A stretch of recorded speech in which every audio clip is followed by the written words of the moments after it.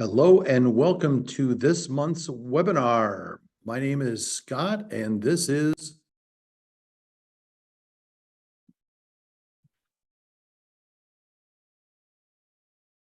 Are you there, Lynn?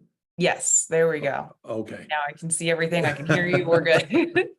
All right. Still learning this new system that we have. So thanks for bearing with us.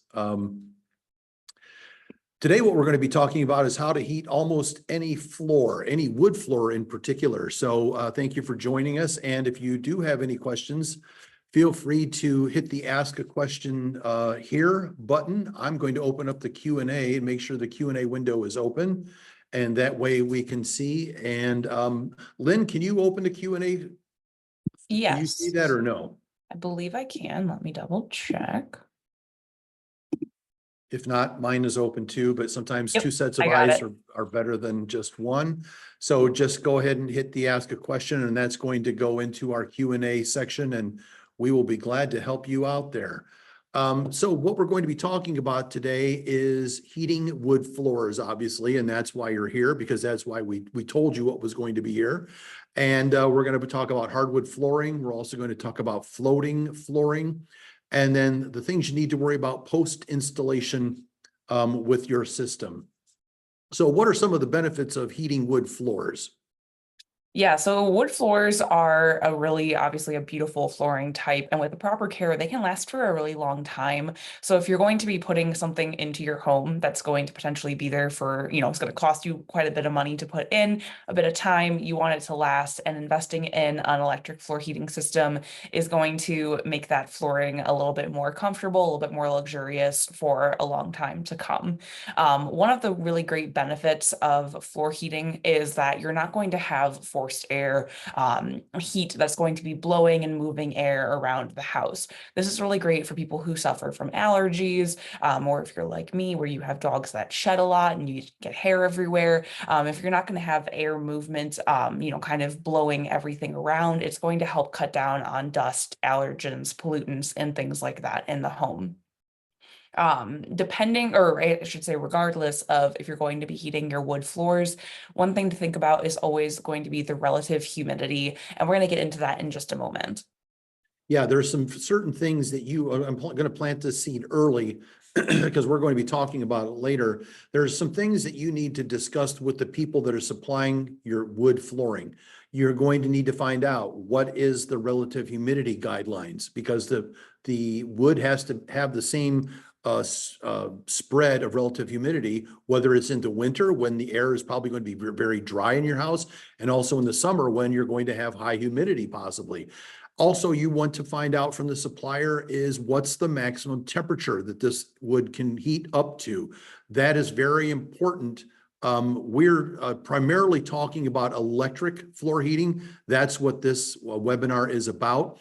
But it's the same for hydronic. Hydronic it's still heating the floor. So you're still going to want to know, I'm answering it now for anonymous attendee, that whether it's electric or water, you need to know what are those requirements? What's the max temperature that you can go to? What's the relative humidity? Also for people that are doing nail down, how often do the nails have to be put in? What's the nail rate? Is it every 3 inches? Is it every 8 inches? Is it every 20 inches? They're going to have to tell you that too. So I'm planning to see, we're going to be talking about this later, but it's very important to talk about it and talk about it multiple times, because it's very, very important when it comes to hardwood floors to do that. And it's also the same with laminate and LVT too. Yeah, so what are some of the differences between electric and hydronic? Besides all these pumps, all these pipes, all these valves and stuff? Yeah, that's really the main difference, is that electric is is going to be a lot simpler. It's going to be simpler to install. It's going to be simpler to run. It's maintenance free. So there's no pumps, there's no tubing. You don't need to worry about any kind of maintenance annually. It's pretty much once it's in the floor, it's heating, it's good to go. It's also going to give you a lot more uniform heating than hydronic is able to. So with wood floors, you do want to have a very consistent temperature. You don't want to have hot and cold spots like you'd be getting with hydronic. So electric tends to make it ideal, or electric tends to be ideal for heating wood floors because there isn't going to be any colder areas. The further you get from the boiler, it's all going to be very, very consistent throughout the floor. Yeah, the one thing about hot water is as soon as it leaves the boiler, the temperature drops. And as it goes through the floor, it drops. So where it enters the room, it's going to be a higher temperature than where it exits because it's going to lose the heat to the floor. So with electric, it's the same temperature at the beginning of the mat or the cable as it is at the end. So you have even temperatures. You don't have to worry about installing in big loops and big, look like snail patterns, to try to mitigate that heat loss. Hot water in, cold water out type of thing.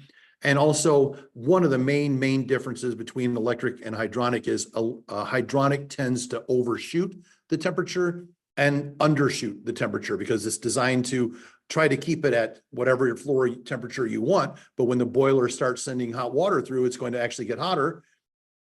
And then as it reaches the end, it's going to get cooler. So you can literally go maybe 3 or 4, 5 degrees too hot. And then as it cools down 3 or 4 or 5 degrees too cold. So you have a 10-degree spread of temperature instead of with electric, you have a 1-degree spread.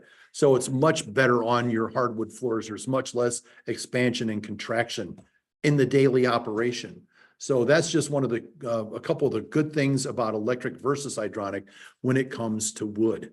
So what are some things that we want to watch out for when we are installing electric floor heating or any floor heating for that matter, but mostly electric? This is what this is aimed at. Yeah, so one of the first things you want to think about is which product you're going to be utilizing. TempZone products can be paired with almost any of our any type of flooring if you're going to be embedding it in a self-leveling cement. Something like an Environ product, that's the picture on the bottom, that silver roll, is designed to work more with floating floors. So that's going to be great with engineered wood or laminate. So one thing to keep in mind is how you'll be installing your floor so that you can pick the right type of heating product. And another thing to keep in mind is the location of the heating. You want to make sure that you're not going to be heating underneath furniture, like very low-lying furniture. You don't want to heat underneath any kind of flat-bottomed, cabinets, bookshelves, anything like that. Any kind of area rugs or floor coverings. You want to try to heat around those areas and not beneath them. So there's some consideration to take into when you're beginning to kind of plan out your system. Yeah, when you're talking about wood floors or anything like that, first of all, Environ is not designed to be used with LVT because LVT floats, everybody assumes that it's Environ. It isn't. Only Environ is to be used with floating floors like laminate, engineered wood, and carpet in the US, but not with LVT.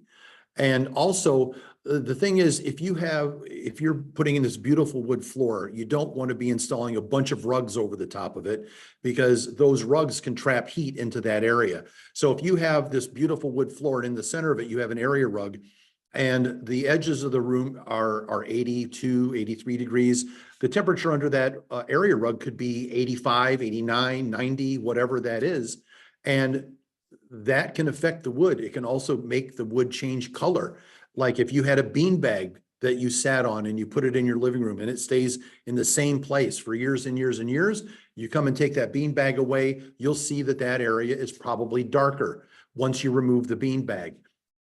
So you're putting in a nice wood floor, a heated wood floor. The last thing you want to do is put in a bunch of carpeting, a bunch of rugs, area rugs like that, that will trap the heat. And if those rugs stay in the same place for a long time, you do have the chance of changing the color of the wood there when you remove it. So if you have to put a rug down, put something down that has a low R value. Never put down a rug that has a rubber, a foam rubber backing, because foam is an insulator and that can get really hot under there. But those are just some general things when you're using any wood heating or any heating. Electric that we're talking about here today can affect the wood in different places with different coverages. So I'd like to get that out of the way too. So tell us about relative humidity. Yeah, so relative humidity is, I think it's often considered a little bit confusing, and it really isn't that confusing at all. It's really the humidity in the space. The definition is the absolute available water in a volume of air at a given temperature and pressure divided by the amount in the same space could theoretically hold. So that's the real technical definition of relative humidity. But generally speaking, we'll call it humidity, and you'll want to keep your hardwood or laminate floor once it's installed between, or I should say at any point during the installation. So even before or during the installation itself, you want it between 38 and 42% humidity. So you don't want to be installing it when it's really humid or really dry. You do want it to be a pretty good middle ground there with 38 to 42%. And with any kind of wood floor, heated or not, you also want to plan for both a humidification and a dehumidification system so that you can ensure that that humidity stays relatively steady throughout the year, throughout the day. And this is especially important if you're going to have some temperature fluctuations significantly between the daytime and the nighttime. Right. Keep in mind what we put here when it comes to wood. You always have to ask your wood manufacturer what their recommendation is. They may say between 40 and 60. We're just putting the number down here, which is generality, 38 to 42%. It could be more, it could be higher, it could be less, depending on the people or the brand of wood flooring that you put in and what their recommendations are. But the main thing to take away from this is wood will react differently when it's very humid, and it will react differently when it's really dry. And the idea is to keep the humidification relatively relatively even, so you don't have expansion and contraction, because you know, a lot of people will put this in the system into their home, and they go, well, I've got a lot of my wood is really gapping, and it only happens because it's being heated, right? And the answer to that is no, it's not because it's being heated, it's because the relative humidity in that space is either too much or too little. And that's what causes the gapping. The gapping is when the wood actually shrinks because it gets dry. So that's what happens when you can put when you have to worry about humidity is the 800-pound gorilla when it comes to installing floor heating, because it's the most important thing. The heat is secondary. The relative humidity in that space is the most important. So what about conditioning the floor material? Yeah, so whatever kind of flooring you're putting down, whether you're doing hardwood or laminate, you want to make sure that you are acclimating those materials to the room that they're going to be installed in well before the installation actually starts. And again, we can give you some general guidelines, but we do always recommend make sure that you are checking with the flooring manufacturer for their recommended times for acclimation. You also want to make sure that you're keeping track of the moisture content of the flooring itself to know when it's ready to begin the install. Exactly, because you don't want to store all this stuff. Okay, we're going to put this in tomorrow or next week. We're going to store it out in this barn for the next 7 days, and then we're just going to bring it in and install it. Well, the odds are that the wood is full of humidity, so it's really, you know, it's wide, for lack of a better term. And then when you go to you go to put it in, and it fits nice and close together. Well, after a while, when the humidity in that room drops, those pieces of wood are going to gap, because it was put in too wet, so it was expanded, and then as it dries up, it gaps. So that's what you want to look out for. That's what we mean by conditioning the product before you put it in. So let's talk about subfloor preparation, because we had a question from Gary ahead of time asking about subfloor prep. So let's go ahead and knock that one out of the park. Yeah, so one of the first things you'll be doing during your installation process is the subfloor prep. It is really important. So one of the first things is checking the moisture levels of the subfloor, especially if you're doing a plywood subfloor before ever beginning the installation. If you're going to be installing over a concrete slab, you do want to make sure, or I should be saying, if you're going to be installing with self-leveling cement, you do want to make sure that that's going to be cured completely before doing your installation. If you're going over a concrete slab itself or a plywood subfloor, you do want to make sure that everything is clean, that everything is completely leveled and degreased so that it's a good starting surface for your heating product. If you're going to be putting down any underlayments, so something like a insulating underlayment going over a concrete slab, or if you're going to be putting down any kind of sleepers, things like that, you do want to make sure that all of that gets installed. Right. So it's very, very important to also to keep that subfloor clean. It makes it much more difficult to install if the floor is full of dust. And also if you're going to use self-leveling, you have to make sure you get the right primer that you're going to use. You need to plug any holes in the subfloor if you're using primer, because otherwise it'll either go down your walls or it'll go down a hole. If you look at the bottom of this picture, right here at the bottom is a piece of tape that we use to plug this hole in this room because we were getting ready to put self-leveling on it. And also we put a bead of caulk around the edge of the room to keep the water from going down, or the self-leveling, which is in effect just really thick water going down the walls into the room below it. So you really, really want to watch out for that. Also, when you're working, another question you're going to want to ask is, where am I putting this product? Is it going in the basement? Is it going on the first floor or the second floor? Because some flooring products don't want you to install it below grade, which means if you have a basement, some products aren't even designed to go into a basement because it's below grade. So you need to find out, usually engineered wood. Remember, we're speaking in generalities here. We do not make wood flooring, so I can't tell you everything about that. But if you're interested in putting wood in a basement, a lot of engineered wood can go in the basement. I shouldn't say a lot, but there are some that can go in a basement below grade. So these are the kind of questions that you need to ask ahead of time so you're getting the right product in the right place. So let's talk about installing hardwood. So how would we do that, and with what? Yeah, so you're probably going to be using our TempZone products, whether that's our TempZone Cable or our TempZone Flex Roll, when you're heating underneath hardwood.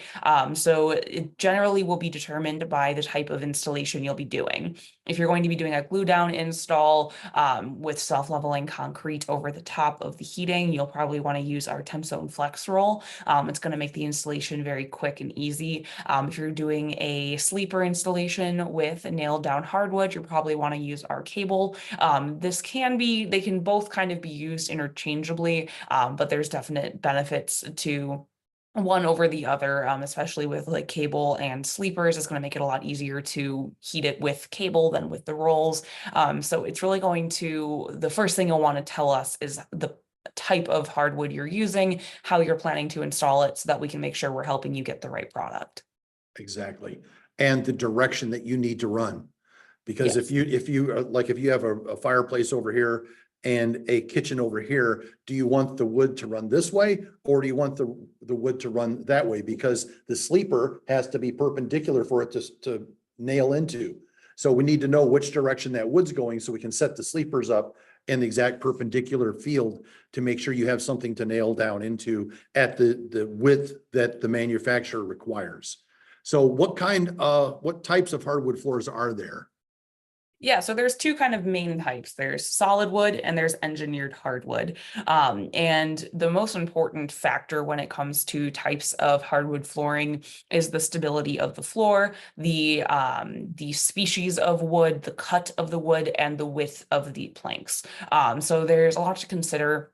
One of the first things, like I said, is picking engineered wood versus solid wood. Engineered hardwood is designed to be more resistant to the swelling and warping that can occur with solid hardwood. It's obviously in the name, it's engineered to kind of help with those problems. And you'll want to, again, make sure that you're determining how you'll be installing this, if you're going to be doing a nailed down application or a glued down application. Yeah, the reason why engineered wood is more stable is because it has different layers, different plies, and usually the plies are perpendicular to each other. So with hardwood, the grain runs all one direction, but with engineered, the grain runs opposite directions, and that's what keeps it from expanding in one direction. That's what keeps it tighter together. So that's why engineered hardwood is sometimes allowed below grade, or in places where regular hardwood may not be allowed. So let's talk about the species of the wood. So the species listed on the right are going to work best with in-floor radiant heating. The USDA Forest Service actually made a list of the most stable to least stable species of wood. So mesquite is definitely the most stable, down to American beech, which can be the least stable. So you do want to take into consideration the species of the wood that you'll be utilizing if you're going to be wanting to, or you're going to want to be heating underneath it. Exactly. Now, you may not be able to find this type of flooring just because it says mesquite doesn't mean that you have mesquite flooring. And I'd be interested in the smell of that. I thought I might like that in my house, but it would make me want to barbecue all the time. But anyway, that's the different kind of species of wood. The main thing is if you're thinking about putting a beech floor in, you might want to choose a different product because beech is very unstable. And different woods can be dimensionally more stable or less stable, just depending on the way they're cut. So what does this graphic show us? Yeah, so this is some of the different ways that wood can be cut into flooring. And one of the best ways to, or one of the, I should say, recommended products or cuts is quarter sawn or rift sawn. So we usually recommend trying to avoid plain sawn wood, especially when you're going to be heating it. If you're going to be doing narrower planks, those are going to be much more stable than a really wide plank. So if you're going to be heating, again, we usually would recommend 4 inches or less in width for the planks themselves. And the last thing to consider is that beveled edges are going to usually be a really great idea when you're heating flooring so that you can, again, have some more stability. And beveled edges are good too if you're worried about shrinkage or expansion in your floor, because the beveled edge tends to hide any gapping because it's already not flat. You don't have two flat sides abutting each other. You have an indentation abutting up to a different indentation. So it makes any gapping less visible. So beveled edges are really, really great, especially when it comes to floor heating. Or if you say, you know, my humidifying system is not the best in this house, then you might want to, definitely think about beveled edges too. So, when you're heating from under the floor, you don't want to install something that's got a really high R value above it, right? You want the heat to be able to get through that flooring. And if you have a really high R value product, it's going to hit the flooring and it's going to go back down. So tell us about this slide right here. Yeah, so this is a really good slide kind of showing the R value of different types of wood. So now we talked about the stability of the wood. Now we're kind of talking about the R value, or you would kind of think of it more as what or how much heat it allows to transfer versus how much heat, let's say, gets stuck or kind of gets trapped into that space. So the more higher the R value, the less heat transfer you're going to get. It'll take much more energy to get the room to the same temperature that it would take to get to be heating a lower R value flooring. So you do want to look for a wood floor with a lower R value. And you can see here the different types and kind of, their general R values. Scott, can you kind of tell us a little bit about the R values between, or the differences between like tile, laminate, and wood? Yeah, obviously you take a look at just look at ash, 3/4 inch ash is got almost an R value of 1.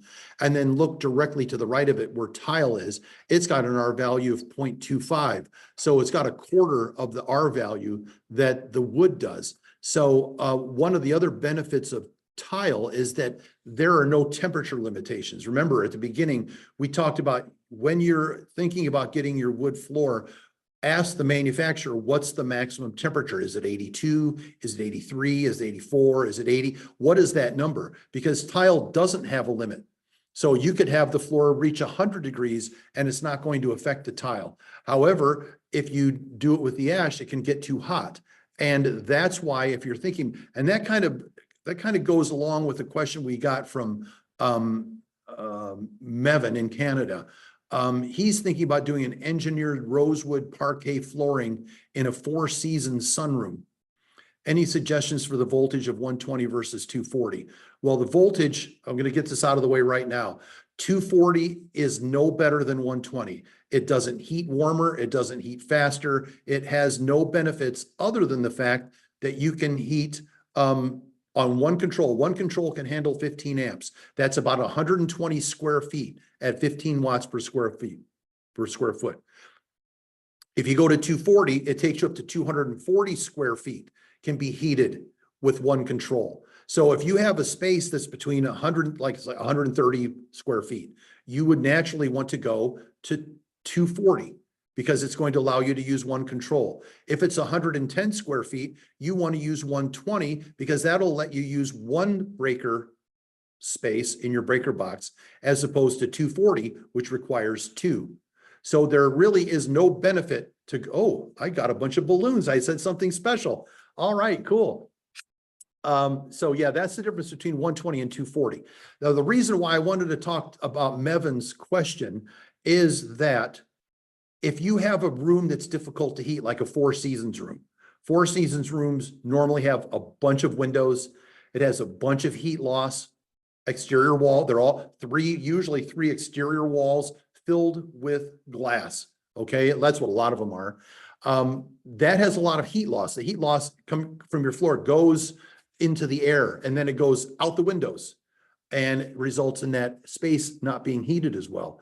So if it were me and I was putting in a Four Seasons sunroom, if I had to choose between a product that has an R value of 0.9 with a maximum temperature limit of say 82, or if I could use tile, which has no limit and has an R value of 0.25, which do you think of those two is going to heat the space better? It's going to be the tile. The tile can get hotter. You don't have to worry about it overheating.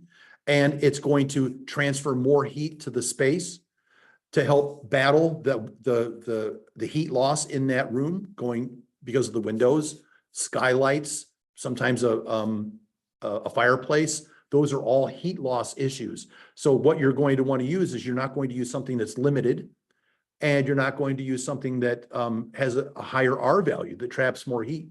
So I hope that's something that it's not really on a slide here, but it's really, really important because we get this question all the time, right? And we always want people to be happy. So the wood floor is going to look fantastic, but it's only going to be able to get so warm, and it's going to have a higher R value. If you're willing to do that trade-off with the beauty versus performance, then you're going to choose wood. If you say, I want this room to be as warm as I can possibly get it, I'm going to use tile. And that's just something to think about. But also, if you're going to be thinking about that 3-season room or whatever it is, 3 seasons or 4 seasons, 4 seasons. Oh, If you, you're going to want to make sure that, that you can get as much heat into that space as you can. Also as much humidity into that space as you can, because it's going to be much more susceptible to the temperatures outside. Is there hot air coming in there? So those are some of the things that you want to think about. We try to educate. That's what these things are for, right? To talk about these things, because these are the questions that we get on the phone all the time. So definitely. that's what I get from this slide.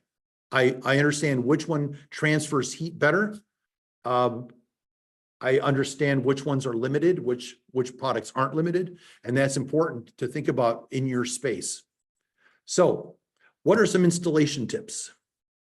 One of the big ones is that you do not want to be running your heating system during the installation process, especially if you're going to be using glue down flooring. The heat can affect the adhesive and make it cure too quickly. So you do want to make sure that that stays off until the flooring is installed. You do also want to, if you're going to be doing any top coats on that wood floor, make sure that that's done as soon as possible after installation, so that, again, you're not going to be running the system while putting down any top coats.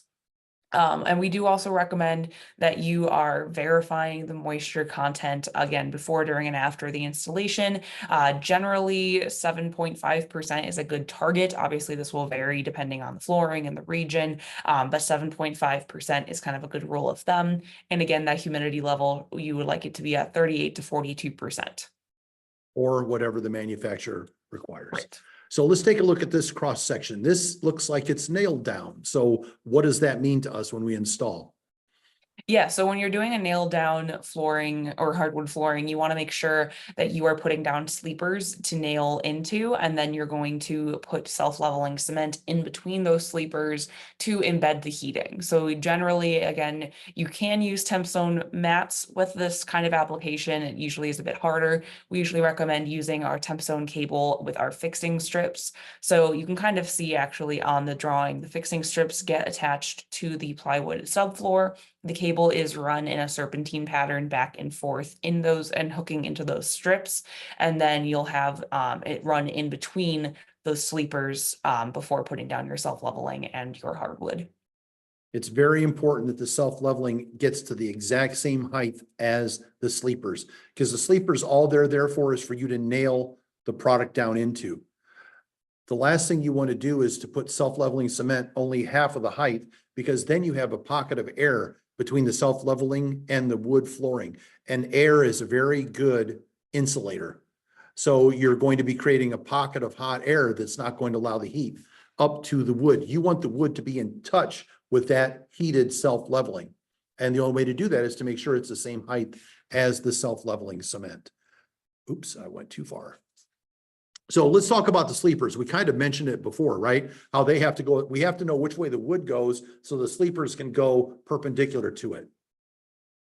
Yeah, and the spacing of that is going to be determined by the nailing spacing for that flooring. So again, talking to the manufacturer is going to be your best bet here to make sure that you know what the nail rate will be. And you do want to make sure that you're telling us exactly how the floor will be run so that we can draw you a picture, a smart plan, a layout plan with the sleepers running in the correct direction. So generally speaking, you do want to lay those sleepers with about a 1/4 inch gap at the end of each of the runs to allow for the cable to pass through without getting caught or, having any kind of blockage in the area. This way you can run the cable very easily. And a perimeter around the room of sleepers will actually ensure that there's a very even surface throughout the floor. You're not going to have any like higher or lower spots. And the last thing, of course, is that you do want your sleepers to be the same thickness as a self-leveling. As Scott said, you don't want any kind of air pockets. So in this case, they used 3/8 of an inch of self-leveling concrete. So they used 3/8 inches of sleeper. And if we take a look at this picture, you can see right now, we haven't put down the masking tape. But what masking tape is used here is to keep these cables, if you're using self-leveling, are going to want to rise to the top. They're going to want to float to the top of the self-leveling. I guarantee it. It happens all the time. It's going to want, self-leveling is very, very dense. Anything that's not as dense as it will try to float. And if you don't put masking tape every couple of feet, every 2 to 3 feet, that cable is just going to go whoop, and now you're going to actually be putting your pieces of wood on the loops that have floated to the top, which is not what you want. So that's a very bad situation to be in. So you want to put tape every 2 to 3 feet to hold the cable down, because that way it'll keep it at the bottom of the pour and not have it come up on the float and then try to float to the top. Very, very important to do that, because you're going to take a look at this plan. And you can take a look at this plan and see that we're going to need to buy some inexpensive tape. You don't need to go out and buy high temperature tape. You don't need to spend any money on this kind of tape. It's just 3/4 inch wide, cheap as you can get, and just run it in between the sleepers every 2 to 3 feet. And that's going to hold the cables down. Hold the cables down, hold the cables down. And every 2 or 3 feet, if you do that, you should have no problems at all. So tell us about this plan. What is this plan called? What does it do? Yeah, so this is what I kind of touched on very briefly earlier. This is one of our smart plans. It's a layout plan that will draw up for you based on the layout of your space. So these are complimentary. We can usually get these turned around within a business day. So we always recommend getting a layout plan from us so that you have a really good game plan going into your installation. So you can see it'll tell you exactly where to put the fixing strips, where to put the sleepers. And if you look at that red dot, I would say, I don't know if you can see my mouse. There you go. If you look at that red dot, that's actually the halfway mark for the cable. That's going to be marked on the cable itself in real life, not just on the drawing. It's, I believe, a white dot on the red cable when it's in real life. It's the red dot on the drawing. And this way you know that you are running or doing the correct spacing. You can actually see on the drawing, we have it labeled, each run is spaced at 3 inches. So this way you know that you are, if you get to the center of the room where that red dot is on the picture and you have it lined up with the white mark on the cable, you're good to go. If that white mark is appearing elsewhere in the room, you know that your spacing or your runs are a little bit wonky and you'll probably want to take it up and re-lay out the cable. Yeah, if you don't pay real close attention, you can make this mistake very easily. And the reason why we bring this up is if you look here along the left side, this red line here is where the fixing strip is. That's what the cable goes around in a serpentine manner. If you look here in green, it says 1 foot, 1 3/4 inches. That's the distance from the wall to this strip. If you put the strip right up against the wall, you're going to run out of cable. If you put this strip over here into the middle of the room, you're going to have too much cable. And that's what this red dot is for. But each one of these, if you look here, 1 foot, 1 3/4 inches from this wall. Over here, it's going to be 1 foot, 3/4 inches from this wall. Over here, you got 11 1/4 inches. Okay, 6 1/4 inches. It's telling you where the cable is from the wall and where the straps are, the cable fixing strips are from the wall itself.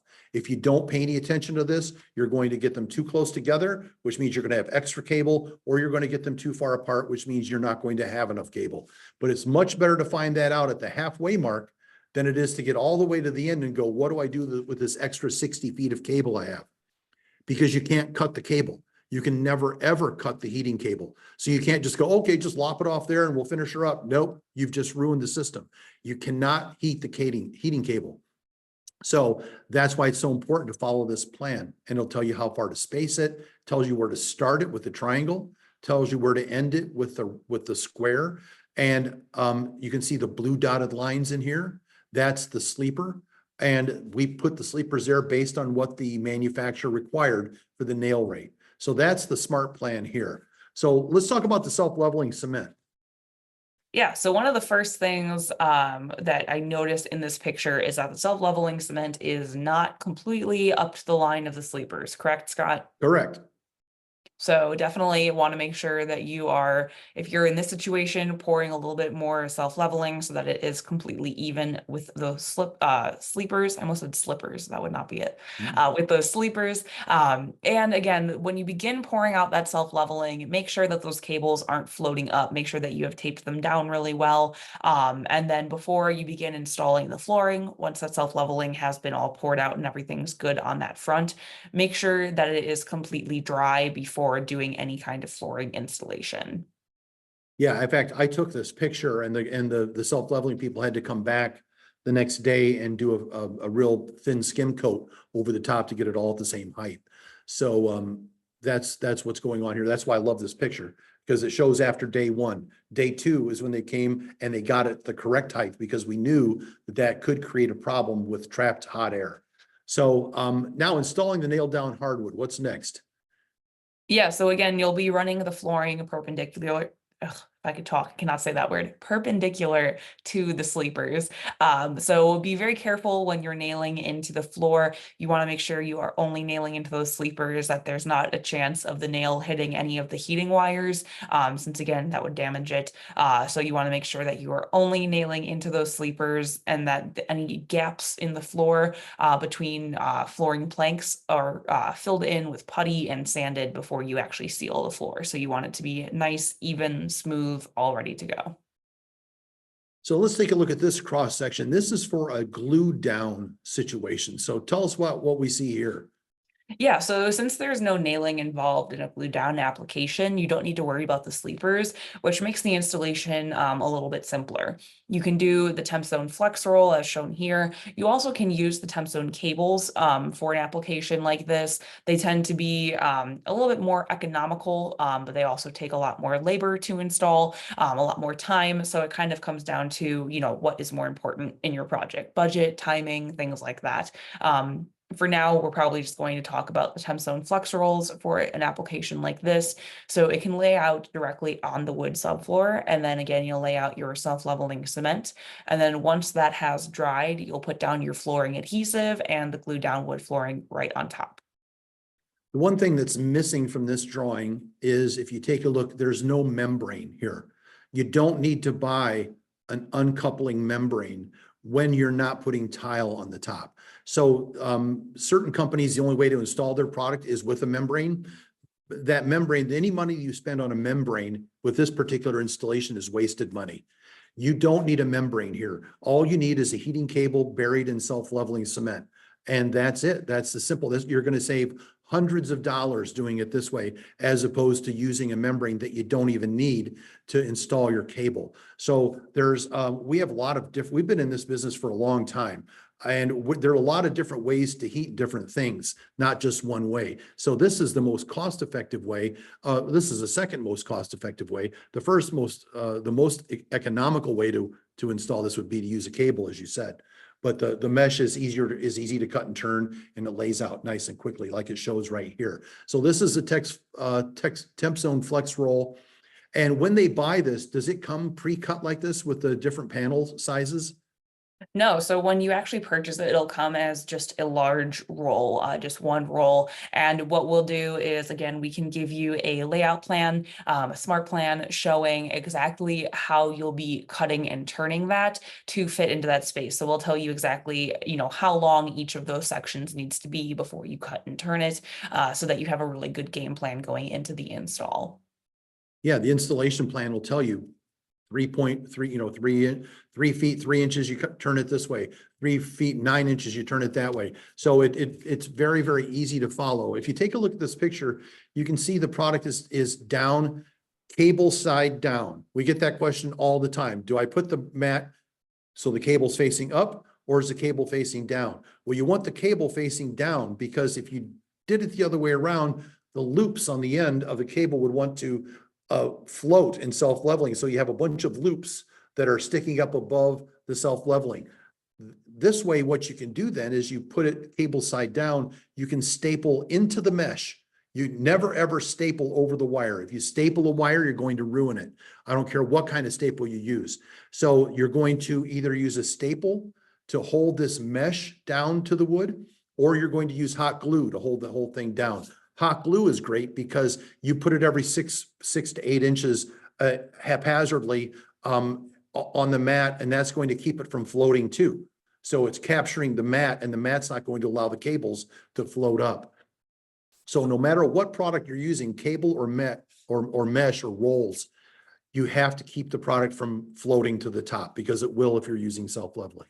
So that's what a TempZone Flex Roll looks like. The mesh is cut and turned, but you never ever cut the heating wire. And here you can see the floor sensor comes into an open loop. It's this little black wire here. The black wire doesn't go in and go over a loop. It goes into an open loop. So if you want to install an extra sensor, you can put the other sensor either right next to this one, or you can run it into the next open loop. So that's something that you want to keep in mind. All of this is because of self-leveling cement. And tell us about this step. Yeah, so essentially what you're doing here is you're basically creating a heated subfloor to put your flooring on top of.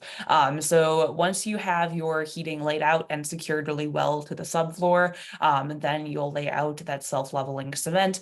You'll want to talk to your manufacturer about how thick they want that to be, or how far away from the heating they want their product. A good rule of thumb is about 3/8 of an inch of self-leveling cement to make sure that the entire heating system is fully embedded. Make sure before you begin any kind of flooring installation that self-leveling cement is completely dry. Yeah, some like if you look on the instructions for some of these things, electric floor heating is okay. It must be separated by a 1/2 inch. The heat source must be a 1/2 inch away from the heated surface. So that's where you use a 1/2 inch of self-leveling. 3/8, 1/2 inch, it's all the same, pretty much the same. So that's what you want to do to get your distance requirement met. So talk about the adhesive here. Yeah, so again, following the manufacturer's instructions, I know we sound like a broken record, but it definitely is important. You do want to follow any of their instructions or recommendations when laying out your adhesive. And you want to make sure that you're working in sections. This is not something that you want to lay adhesive out through the entire space and then come back in and put your flooring down. Make sure that you're installing a few rows of flooring at one time. And you also want to make sure that any adhesive that can be coming from the joints on the flooring surface is wiped away so that you're not going to have any leftover adhesive kind of peeking through. And sometimes when you do a nail down installation, you're actually gluing the last few runs of wood anyway, because you can't get a nailer down in there. So either one or two of the last runs sometimes are glued down. And that's what you'd be doing here. That's why the self-leveling is so important, to give you a flat surface. You're not going to be able to get thin set. People say, how about if I just use thin set because it costs less?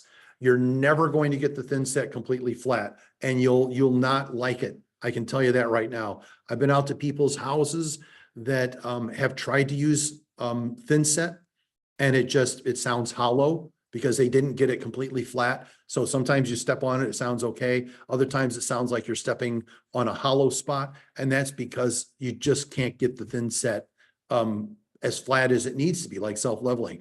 And they'll ask, well, how about if I just really thin out the thin set, put more water in it?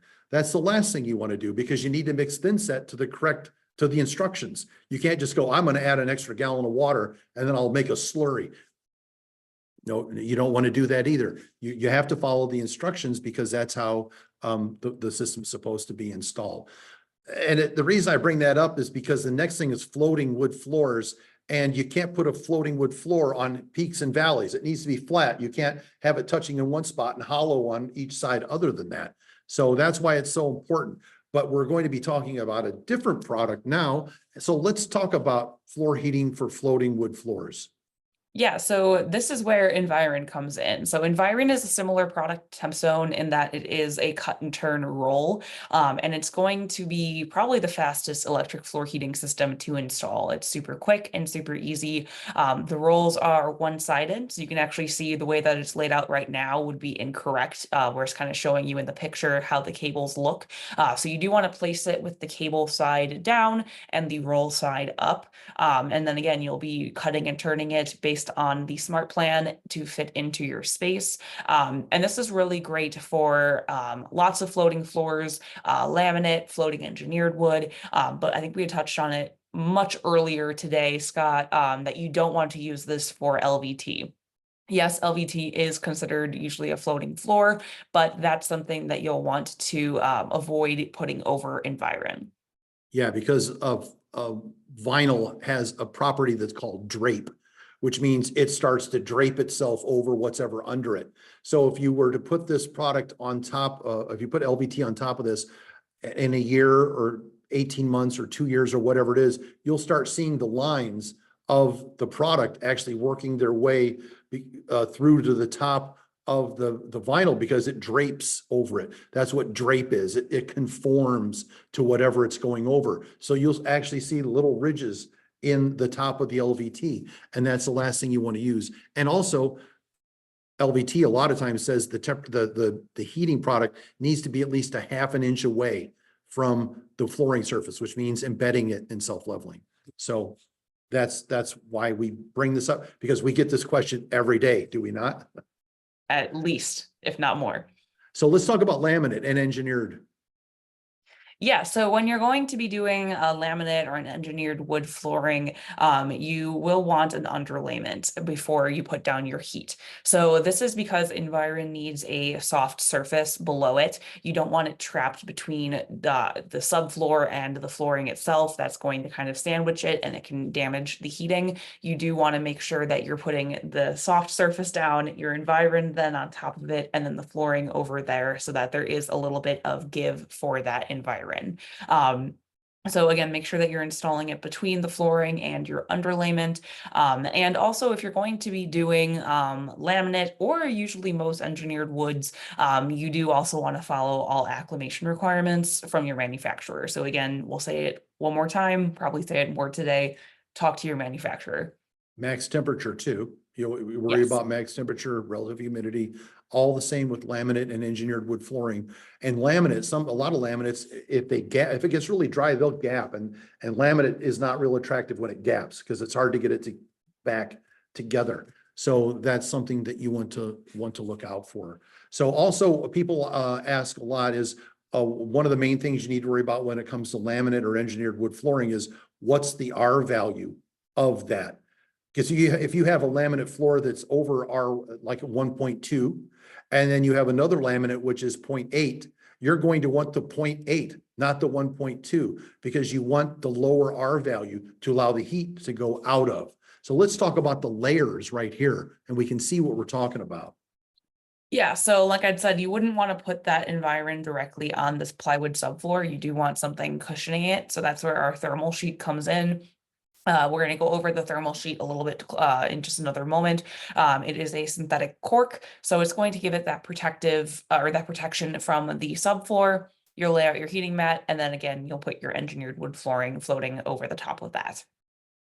Yeah, so the thing is with this thermal sheet, when you have a floating application, is that the thermal sheet can just be laid out on the subfloor. It doesn't need to be glued down. The thing with with a floating installation is nothing ever glues to the environ, and the environ never glues to anything. So it's able to float, it's able to move around. That's why you have to have a soft surface on the bottom, because if it were a hard surface and a hard surface, as the floor moves over the subfloor, it acts like sandpaper, and it'll eventually just sand its way through the outer layers of the cable. That's why the cable needs to be able to sit and sink down into that, so it doesn't do that. It holds it in place, so it doesn't act like two pieces of sandpaper against each other. So environ never glues to anything, and nothing ever glues to environ. Very important to keep that in mind. So let's talk about this underlayment. Yeah, so like I said, it's a synthetic cork. So it's a really great product for areas that are prone to really high humidity or moisture.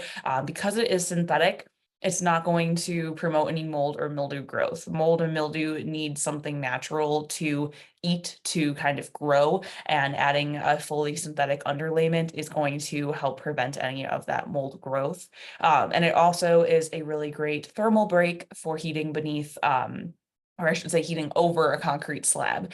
Concrete tends to act as a heat sink, so that huge concrete slab that your house is built on is going to want to absorb that heat before it lets it begin rising, how you normally would think of heat feeling. So you want to make sure that you are putting your thermal sheet down, whether you're doing a floating floor and you're using environ as a cushion, or if you're doing most types of flooring over a concrete slab, to ensure that you're going to have that insulation factor.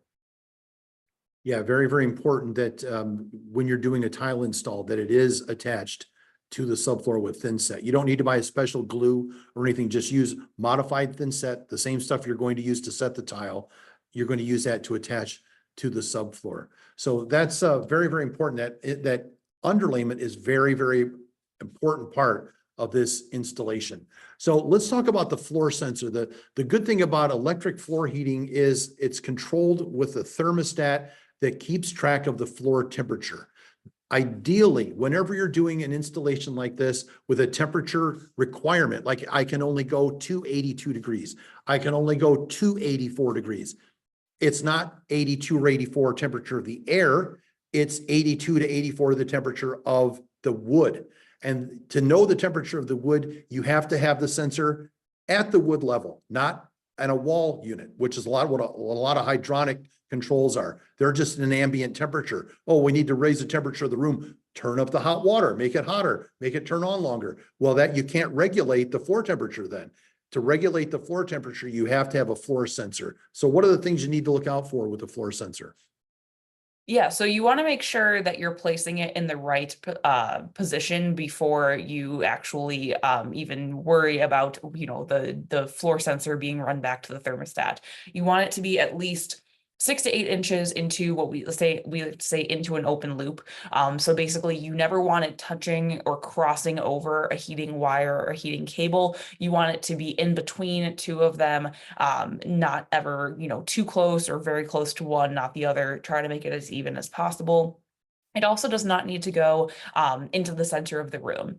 That is a kind of common misconception I see people ask a lot. It doesn't need to be in the very center of the room to get accurate readings. Again, it just needs to be 6 to 8 inches into the heated space. So you want to make sure also when you're thinking about the position of that floor sensor, make sure you're not putting it where the sun will be hitting the floor at any point during the day. If the sun is hitting that thermostat or that floor sensor rather, it's going to tell the thermostat that the floor is incredibly warm and to turn it down. And obviously if the sun's only hitting in a small section or it's only hitting in that area for a very short period of time, it's not going to get the most accurate readings. So again, kind of good rules of thumb, make sure it's never touching a heating wire, that it's run in a separate conduit from the heating, and that it's not going to be somewhere where the sun's going to be directly hitting it. And also a place where you're not going to have a rug, because the rug is going to trap heat. Also, a dog bed is going to trap heat. A floor runner from one room into the other, if that sensor's under there, it'll think it's hot. The rest of the room will be cold. It'll be hot under there. So that's one of the things you need to think about. For people that haven't been to one of our webinars before, it's very important for me to share with you at this point exactly how our heating wires work, because you can see the heating wires here, and you can see that the green wire there in the middle, that is the TempZone product, and those wires are 3 inches apart. The reason why they're 3 inches apart is because the heat only travels laterally away from the cable about 1.5 inches in all directions, up, above, and around 1.5 inches. So that's why the wires are 3 inches apart, because 1.5 inches from this wire, 1.5 inches from this wire gives you a nice smooth heating sense of that space. And that's why you're not going to, especially with a wood floor, that's why you're not going to run just a 1.5 foot wide heated section and expect the whole floor to heat up. That's a very common misconception for people that have never been to one of our webinars, that have never done floor heat. They'll just say, put it in the center of the room and it'll spread out. It won't.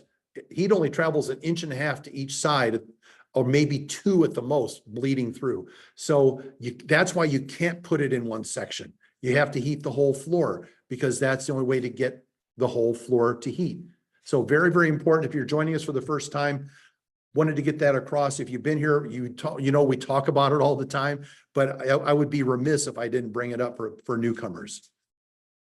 Yeah, absolutely. And then one of the last steps is going to be. Oh, I'm sorry. Before I lose my train of thought. A lot of the products now are coming with an extra floor sensor, with a floor sensor attached to the cable, or a floor sensor will be attached to the green mesh or whatever. That is a second sensor, because the other sensor is actually always in the thermostat box. So you're going to have the thermostat sensor in the thermostat box, and you're going to have one attached to the heating product, which may mean if you're doing a really large space and you have 3 cables that you've purchased, there'll be a sensor attached to each one of those, and there'll also be a sensor in the thermostat box. The reason why we do that is because people invariably forget to look in the thermostat box, get the sensor out and put it in the floor. They will put the floor in, then go, okay, it's time to install the thermostat. I take it out, and what's this black coil? What's this black wire here? That's the sensor that needs to go in the floor. So to get around that, we're now attaching it to each heating product. So what that means is you may have 3 or 4 sensors for that one space. Only one can be attached at a time. You can't install all 3 and then run all 3 up to the back of the thermostat and then attach all 3 to the thermostat. Your floor won't work. You can put 1 or 2 or 3 or however many you want in and run the wires up to the thermostat, never in the same conduit as the non-heating lead, but you run them up to the back of the thermostat and you leave the one attached and the other one's coiled up in the back, and you can use them as spares. If that one ever goes bad, you can then hook the other one up, but never, ever attach more than one sensor to the thermostat at a time. Because now we're installing the thermostat. So tell us about that. Yeah, so thermostats are going to have floor protection or floor maximum temperatures to really meet those manufacturer temperature limitations. So like we said, you do want to talk to the flooring manufacturer about not only their maximum temperature, but any kind of concerns they would have with setback temperature. So that means you want to make sure that you are aware of any maximum temperature that the flooring should not be getting over. So generally, it's usually about 82 degrees. You can use our default floor temperature of 82 degrees maximum on the thermostat, or you can set your own custom maximum temperature. This is going to be utilizing the floor sensor, so not the ambient temperature like you had kind of mentioned earlier, Scott. This is not taking a reading of the air temperature of the room. It's actually going to be utilizing that floor sensor to ensure that that flooring is not getting to a temperature it's not supposed to be at. You also want to make sure that you're talking to the manufacturer about any kind of setback temperature requirements or concerns. Scott, can you kind of tell us a little bit about that? You need more of an explanation than that. What that means is a lot of times a hardwood floor, the manufacturer will say, this is okay to use with radiant floor heating, but the temperature must be maintained within 2 to 3 degrees per day, which means you can't set it back. With tile, you can set it to be 86 degrees during the day or when you're home, and then down to 70 when you're not home. That's a setback temperature. And the only way to do that is with this programmable thermostat, because it allows you to set higher and lower at different times. Hardwood, a lot of times, in fact, most of the time, they say no setback temperatures, 1, 2, or 3 degrees maximum deviation per day. Well, first of all, that's almost impossible to do with hot water, because hot water overshoots and undershoots, and it does this all day long, going over and under the limit. The electric needs to be set at a floor temperature that's continuously at the same temperature, and our thermostat will keep it plus or minus 1 degree all day, and often less than that, but it'll keep it at that temperature all day long, every day until you turn it off. If that's the case, you don't need to buy a programmable thermostat. What's kind of funny is the most expensive flooring gets to use the least expensive thermostat, because the least expensive thermostat has no programmability. You just set it to 82 and leave it there forever until you're ready to decommission the system. And I think we're going to talk about commissioning and decommissioning here in just a minute, but that's why it's so important. This is another important question to ask. Do you allow setback temperatures? Yes or no? Because that'll tell you what kind of thermostat to install. Definitely. So commissioning and decommissioning. Wow, what a coincidence. Well, it's almost like we knew what was coming. Yeah. So these are seasonal adjustments. So often people will turn on or ramp up their system in the fall as it starts getting cooler, and ramp it down in the spring as weather starts to warm up. So this is, again, avoiding abrupt temperature changes. You don't want to be doing what you would do with tile, like you said, 80 during the day, 70 at night. You only want to adjust it 2 to 3 degrees per day, making sure that you are not going to have any abrupt temperature changes or switches. So this is a really important, mainly during, we see it during the commissioning and decommissioning of the system. That's when you want to be very careful about changing that temperature very slowly. And like you had said, Scott, a non-programmable thermostat for these installations, that's going to be your best bet. It's a cheaper thermostat, a more cost-effective thermostat, and it's very user-friendly because it's super simple. It's on or off and the temperature, and that's all you need to worry about. So to think about this, I did one of these installs at a friend of mine's house, and it's coming up to the point where they're going to be turning off the floor, but they're not going to be turning the floor off on Thursday and then be done with it, right? What they're going to do is if it's set to 82 degrees on Thursday, that's fine. So Thursday you set it to 79. Then on Saturday you set it to 76. Then on Sunday, you set it to 73. Then Monday, you set it to 70. Then Tuesday, you set it to 68. And then you can stop doing it depending on what the temperature of the space is. But that's what it means, 2 to 3 degrees a day. So it could take you 3 or 4 days to turn the system off. And it could take you 2 or 3 days, 68, 73, 73, 70, to turn it on. So that's what we mean by we need to ramp it up. And then at the end of the season, ramp it down. So let's talk about taking care of that wood floor after the install. Yeah, so one of the main things, and I'm sure that people are sick of hearing it, but you don't want to exceed that temperature maximum from the manufacturer. So that's going to be one of the main things that will help keep those wood floors in good shape, is not dealing or not messing with the maximum temperature recommendation. Generally, laminate, they don't want it to exceed 82 degrees. Generally, hardwood shouldn't exceed 85. And again, that's obviously going to depend on your specific flooring type. One more thing to think about as well after the installation is that you want to make sure that with the laminate, you're actually waiting 24 hours after the installation is complete to adjust or mess around with that temperature at all. This way, again, you can really just use the least expensive control and just control the temperature easily that way. One question we get every once in a while, not as often as you would think, but let's say we take a look at this picture here and a customer wants to heat this part by the front door. They want that in tile because it's got a lot of traffic. It's a lot of abuse there. So they want to put tile up here, but they want the rest of the house to be wood. So that's okay. That's a great idea. Invariably they'll ask, can I run the heating cable under the wood, then under the tile too, the same cable? And you don't want to do that because you don't want to have a thermostat set up to heat wood that's also heating tile. And you don't want to especially set up a thermostat that's heating tile with no temperature limits, because then if you use that same cable to heat the wood floor, you can't control the floor temperature. Oh, again, the happy times. You can't control the temperature of the wood. So you can't do that. You can't, put the thermostat and the sensor in the tile part and then run the wire over under the wood part, because the wood is going to be uncontrolled. It's just simply going to go by what the tile, 85, 65, 85, 65. You don't want the wood to do that. That's why you can never use one thermostat to control two separate types of flooring. Very important to remember that. Definitely. So are there any questions? Nuts. We had a fellow that said hello a couple times, but that was it. We did answer the one question, and we answered the questions that we got ahead of time. So if you've received a message about this one, you're going to receive messages about future ones. And when you get that message, you can send us your questions, and then we can have the answers ready for you, specifically like Gary did. And I think there was one other one. So you can do that ahead of time. But I don't see any questions right now. So let's talk about our next webinar. That's going to be the benefits of electric floor heating for the home.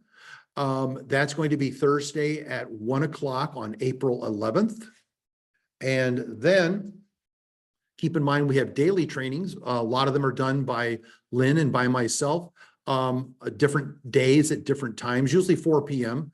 And then 11 a.m. for those days. And you can join us there. And if you don't have a specific question, about what we're talking about at that time, you can still ask the questions. We'll be glad to answer them. So tell us about the monthly promotion this month. Yeah, so for March, we're offering 10% discount on select TempZone products. So again, if you're looking at doing a wood floor and you're looking at utilizing TempZone, now would be a really great time to purchase that. So visit the website to learn a little bit more about that sale. And we value your feedback. So you're going to be receiving an email shortly asking about your experience during this webinar. We appreciate your comments, your suggestions. And if there's something that you'd like us to talk about in the future, please let us know.